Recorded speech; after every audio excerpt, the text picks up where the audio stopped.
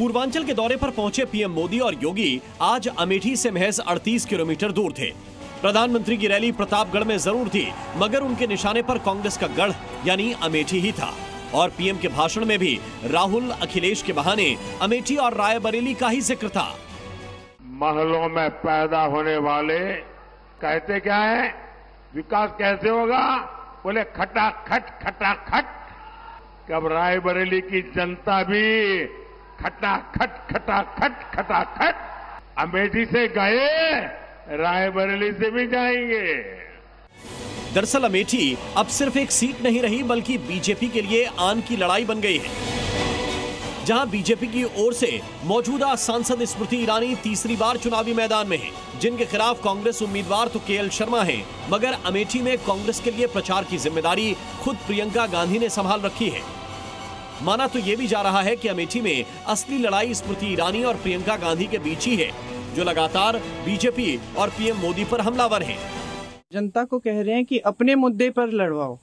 आपके मुद्दे हैं महंगाई, बेरोजगारी, खेती में जो समस्याएं आ रही हैं, इनके बारे में बात करें प्रधानमंत्री। तो हम तो बिल्कुल नहीं बदले हैं, प्रधानमंत्री बदल रहे हैं बार बार। दरअसल अमेठी में अगर कांग्रेस प्रत्याशी केएल शर्मा हारे तो कोई बड़ी बात नहीं होगी, मगर स्मृति ईरानी की हार इतिहास बना सकती है। यही वजह है कि कांग्रेस की पूरी कोर टीम अमेठी पर केंद्रित है। और तो और कल राहुल और सोनिया गांधी खुद अमेठी में चुनाव प्रचार के लिए आ रहे हैं, जिनका साथ देने के लिए अखिलेश यादव भी अमेठी में मौजूद रहेंगे।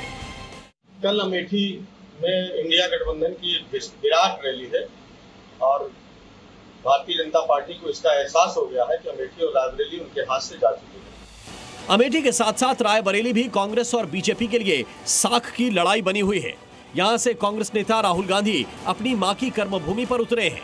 राहुल ने आज सोशल मीडिया के जरिए भी साफ संदेश दिया कि रायबरेली और अमेठी हमारे लिए सिर्फ चुनाव क्षेत्र नहीं, हमारी कर्मभूमि है, जिनका कोना कोना पीढ़ियों की यादें संजोए हुए है। अमेठी और रायबरेली जब भी हमें पुकारेंगे, हम वहां मिलेंगे। रायबरेली के रण में एक तरफ कांग्रेस से राहुल है, तो दूसरी तरफ बीजेपी से दिनेश प्रताप सिंह, जिन्होंने राजनीति का ककहरा तो कांग्रेस से ही सीखा, मगर अब बीजेपी के लिए कांग्रेस की साख काटने में जुटे हैं। हालांकि रायबरेली में राहुल के सपोर्ट के लिए उतरे कांग्रेस के दिग्गज जनता से उन्हें सांसद नहीं बल्कि पीएम बनाने के लिए वोट मांग रहे हैं। मेरा कोई चक्रव्यूह नहीं है, जो चक्रव्यूह है भारतीय जनता पार्टी का चक्रव्यूह है। देश मोदी जी के हाथों में सुरक्षित है। जब पत्रकार यही पूछते थे कि देश का प्रधानमंत्री कौन बनेगा मोदी के बाद, तो मैं शुरू से बोल रहा था कि राहुल गांधी को बनना चाहिए और रायबरेली की जनता चाहती भी है, तो मेरी भी भावना वही है और रायबरेली जनता की भी भावना वही है। वहीं रायबरेली के मतदाताओं के मन में अलग ही रण छिड़ा है। इस बार पूर्णतः कमल खिलेगा। उसका एक बहुत बड़ा रीजन है कि जो हमको यहाँ सहजता से उपलब्ध हो, यहाँ के लोगों को कार्यशील बनाए, कार्य करे। यहाँ कांग्रेस की लहर चल रही, इनका हवा न लागी।